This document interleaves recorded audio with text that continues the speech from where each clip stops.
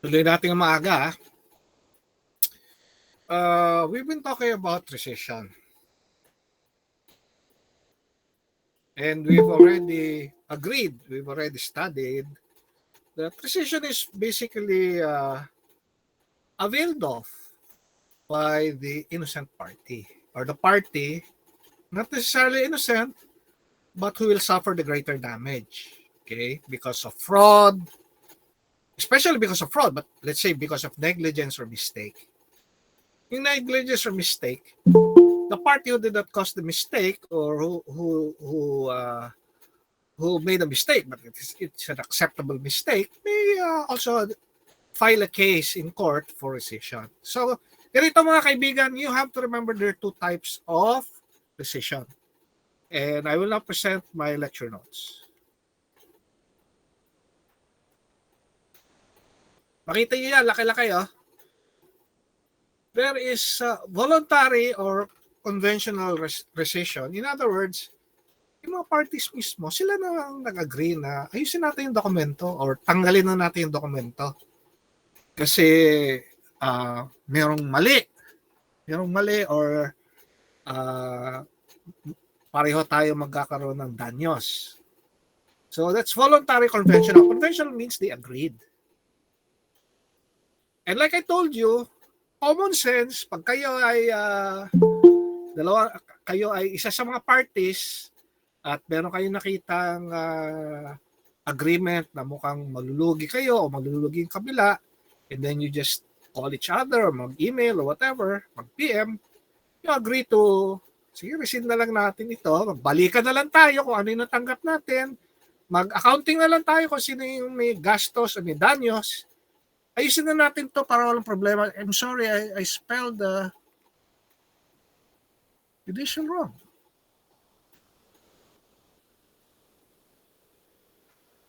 The other is what this provision is talking about, whether it's 1191 or 1381.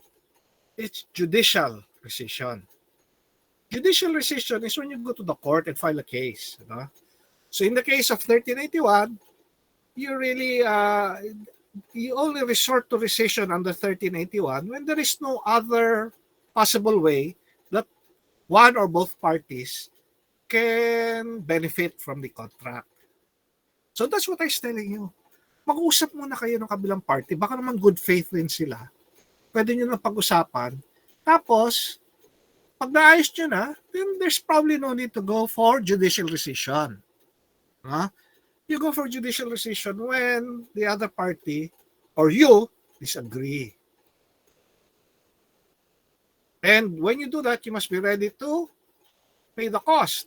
Not only the cost of getting a lawyer and litigating for some time. Like I told you, yung kaso ko, 1 taon na. I filed my motion to dismiss in March. Disyembre na. Magpapasko na, hindi pa gumagalaw si judge. So, yun ang nakakainis sa judicial procedure.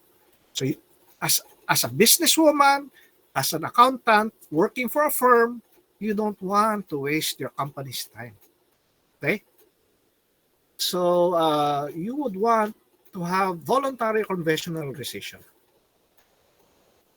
Okay, we go for unenforceable contracts. This is when we talk about the Statute of Frauds, Article 1406.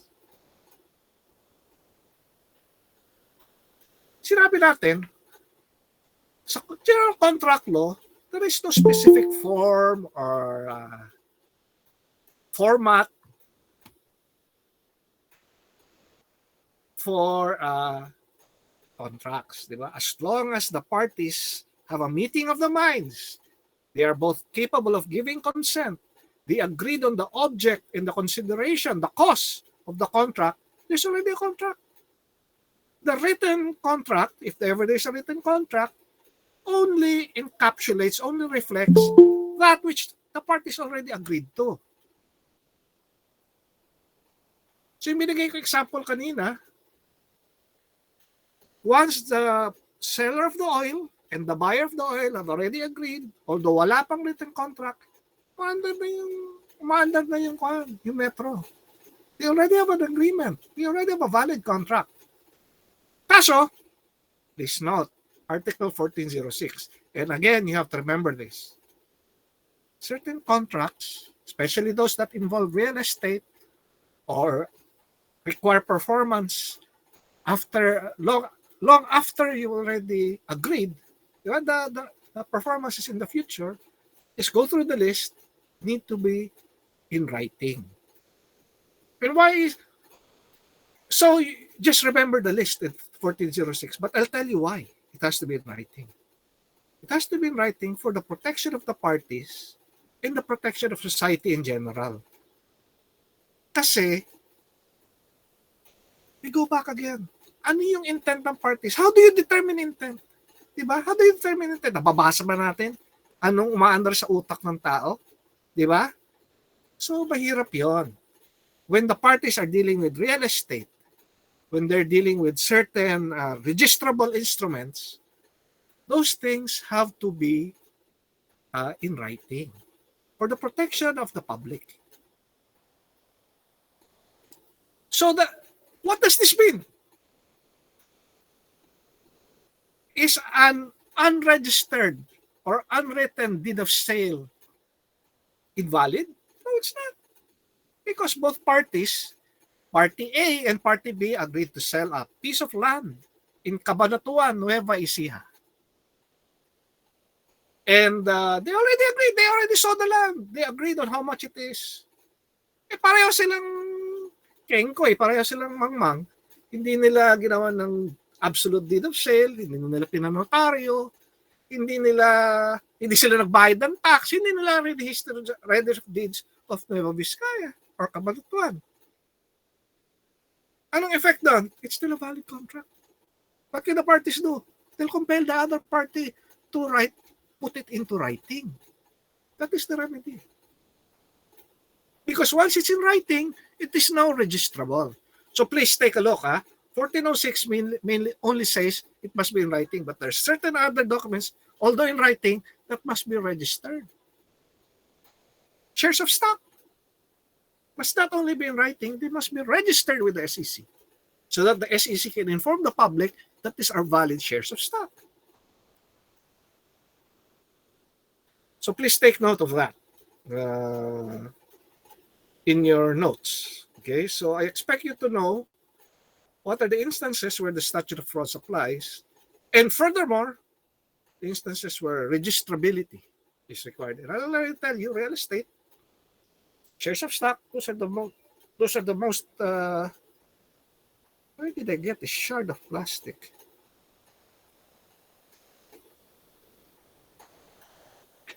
These are the most registrable instruments. So now let's talk about, so let's look at (1406).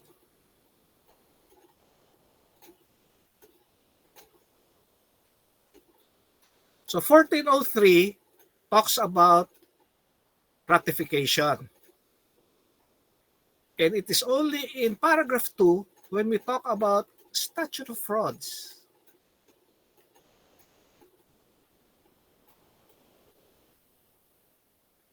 So number 1 only deals with the third person contracts entered into by third persons. So it's voidable. But you may choose to ratify it. In other words, although hindi siya, yung third person was not given authority to do it, but since it seems to be okay for some reason or the other, then they are ratified. You agree to it, despite the fact that there was something illegal or wrong in the beginning. The example would be rape. If you don't resist, then there is no rape. Yun ang mahirap doon. So if you don't resist, and then you've ratified it, but please don't resist if it will mean getting killed. Okay. So just take a look at that list. Unauthorized contracts by third persons covered by the rules, the laws on agency. It's not part of our studies.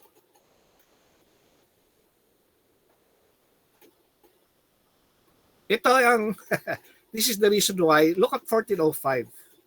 This is the reason why you have to get a good lawyer.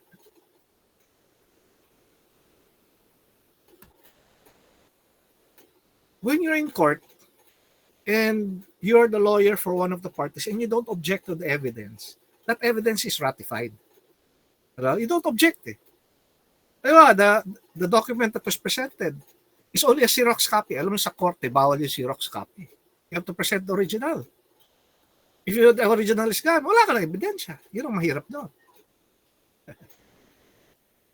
When the other party's lawyer starts presenting oral evidence, this is called parole, parole evidence about an agreement which did not comply with the statute of frauds.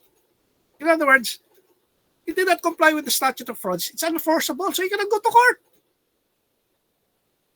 You have to comply with the statute of frauds.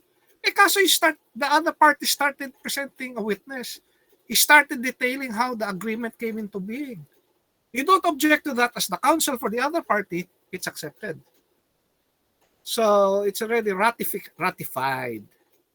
Another case of ratification. Okay, so ito yung pinag-usapan 1406 registration.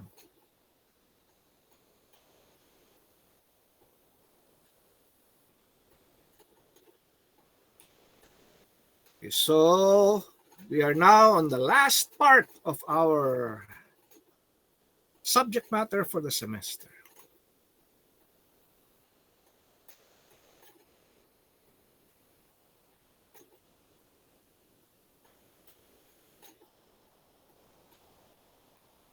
Void and non-existent contracts. So please take a look at articles 1409 to 22. I just like to, so I'm sorry again, you have to remember these things. Ito ang nakakatawa. Please, hindi nakakatawa, nakakainis. Please take a look at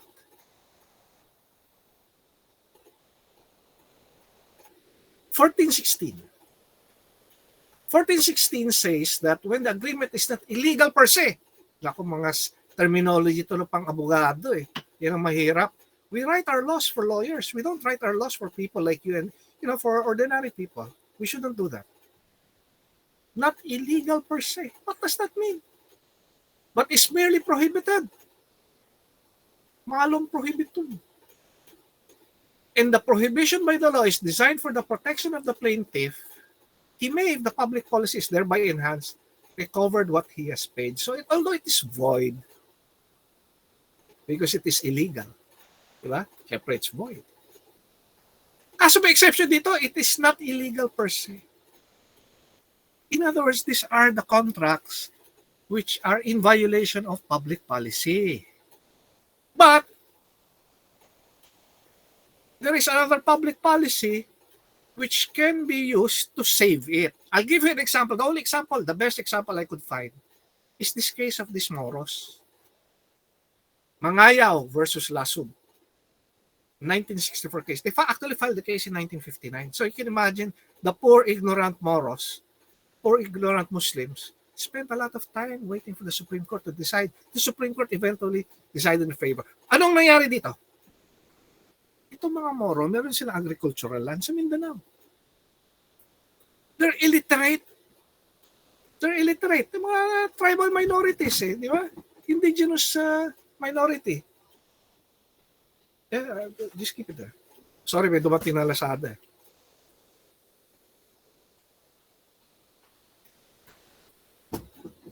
There was Christian, maybe they're Christians, presumably because they were literate. They took advantage of the illiteracy of the Muslims, bought their property for a very small amount. Sinabi nila it is mortgage. Yun yung sinasabi ko sa inyo, may blank deed of sale. May undated deed of sale. Yun ang ginawa nila. So the Muslims, they lost their property, which was worth more than what they borrowed from the Christians. Now, they never paid back the loan. What is the situation, ladies and gentlemen? This is the situation. Please take a look at the screen of in pari delicto. Both parties are in pari delicto. They are both with fault. What is the fault of the Muslims? They did not even try to pay back the loan. What is the fault of the buyers? The mortgagers actually. Ginawa nilang sale, di ba? Dinaya nila. Instead of a mortgage, which has to follow the rules on foreclosure of mortgage, nag-deed of sale sila para nakuha nila kaagad yung lupa ng mga kawawang Muslim. What did the Supreme Court say? Ito yun. Although both parties are wrong, in pari delicto sila, the party who is ignorant is in a lesser position. So, although may kasalanan siya, mas maliit yung kasalanan niya. Ewan ko bakit maliit ang kasalanan na ayaw magbayad ng utang. Anyway, sinabi ng court, that is wrong. And therefore, although this is supposed to be a void contract, we will enforce it. We will give back the property to the Muslims as long as they pay the debt. And the debt is just small compared to the value of the land. In other words, the situation was corrected from being a void contract to a contract which was reformed. Diba? So it was supposed to be a void transaction. It's a void contract because both parties were at fault. But the Supreme Court said the better public policy is to protect Muslims. Because actually, nung panahon na yon, dahil marami nga nanloloko sa mga indigenous peoples, any sale of agricultural land in Binao, at that time, 1959, required the consent of the commissioner on Mindanao. They had some commissioner in charge of Mindanao over Muslim lands to protect them. So dahil walang consent, sinabi ng Supreme Court, hindi yan valid sale. And although both parties are at fault, the better public policy, although the policy is really to protect the sanctity of the contract, diba? Nasa Constitution yan. They said that in this case, because the other party was illiterate and they were taken advantage of, although they were at fault also, what the Supreme Court did is, sige, we will void the deed of sale and just require the Muslims to pay the loan. Okay, so that is an example of the only example I can find of Article 1416. Contracts for labor also, when they are in contravention of labor laws, are void. So makita nyo, kung kayo ay mag-OFW, yung contract, you have a standard contract. We have a model contract for Filipino overseas workers. It's standard for everybody. It provides for health, it provides for repatriation, it provides for visits by the meron tayo kasi mga meron tayo mga ang tawag sa kanila labat. Yan Philippine Overseas Labor Office. Excuse me.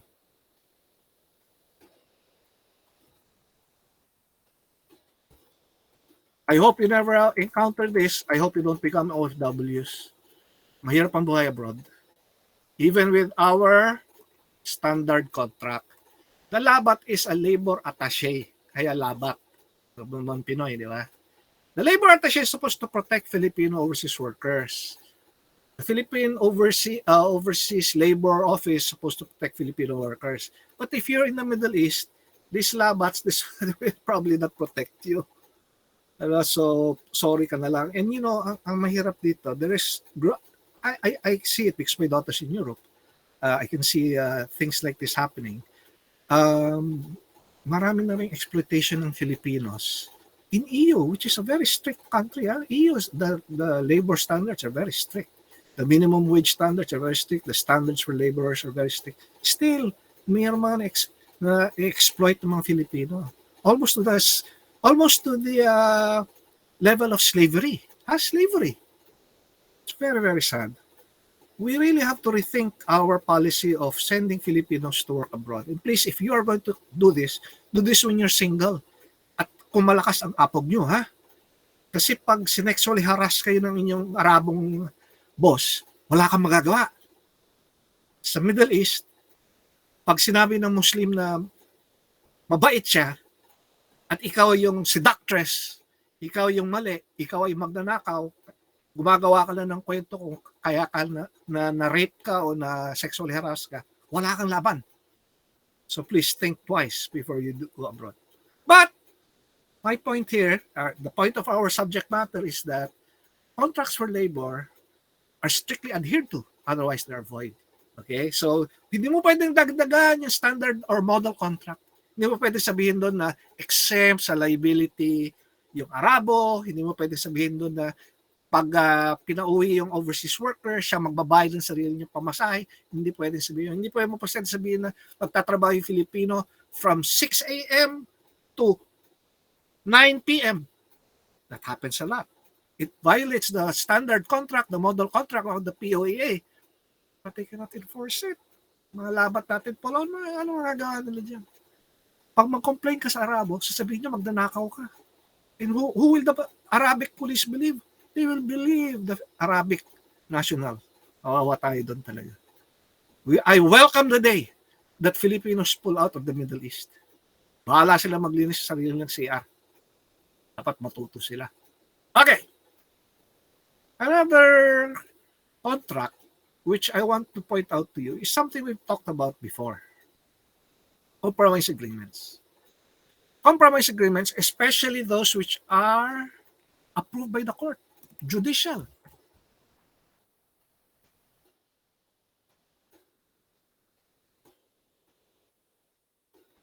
Cannot have any void. Kasi pinag-aralan niyo ng judge. If there's a mistake, i-correct lang yan. Ano? So that judicial compromise agreements which are judicially approved or compromise agreements in general have to be faithfully observed. Okay? And it's mahina na yung abogado kung pumayag kayo sa compromise agreement na dehado kayo which contains illegal things. So that is it for first semester 2022. We have covered the entire territory of obligations contracts. What is our objective, ladies and gentlemen, here? As I keep telling you, the first objective is to have a working knowledge of obligations and contracts because it is essential in daily life. All of us will encounter contracts with our telephone companies, with our water companies, with our homeowners association, with the developer of our land. When we buy a bicycle, when we buy a car, when we buy a house, all of this involve written contracts. When we get insurance, when we get run over in the streets, these are all covered by contracts. They are covered by laws, which require certain things to be stated in insurance policies, PPL, and all of those things. Very practical itong course natin, ladies and gentlemen. Second, why are we studying all of this? Because we want you to pass the board exams, and these questions will crop up in the board exams. And third, we want to have a repository of knowledge. Di ba sinabi ko sa inyo, imposible maalala nyo lahat ito. Despite the fact that I made you write handwritten notes, imposible maalala ito. But at least meron tayong ma-retain keywords, key concepts, so that, ting! Pag may sitwasyon tayo nakita, uy, rescission to, uy, void ito, uy, voidable ito. Uy, this is a natural obligation. This is just a moral obligation. It is not demandable. Di ba? You have a repository of some stock knowledge. So I finally, I'm very proud to have handled students in URS. Alam nyo, I'm straight UP. I graduated from UP High. I took my undergrad at UP. I took my law degree in UP. I had my first job teaching at UP. Uh, my wife, the same. She didn't come from UP High, but she came from a public school. But she also graduated from UP. My daughter didn't graduate from UP, unfortunately. My brother, my siblings all graduated from UP. I'm very proud of UP. But you know what makes me prouder, ladies and gentlemen? When I see universities like URS doing well in the board exams, doing well with having students like you. I'm very proud to see that. Kasi gusto ko makita yung panahon na hindi na UP ang number one. Nakakasawa na eh. Di ba? Lagi na lang kami number one. Di ba? Ako minsan number two. Kung pinag-usapan natin Ateneo.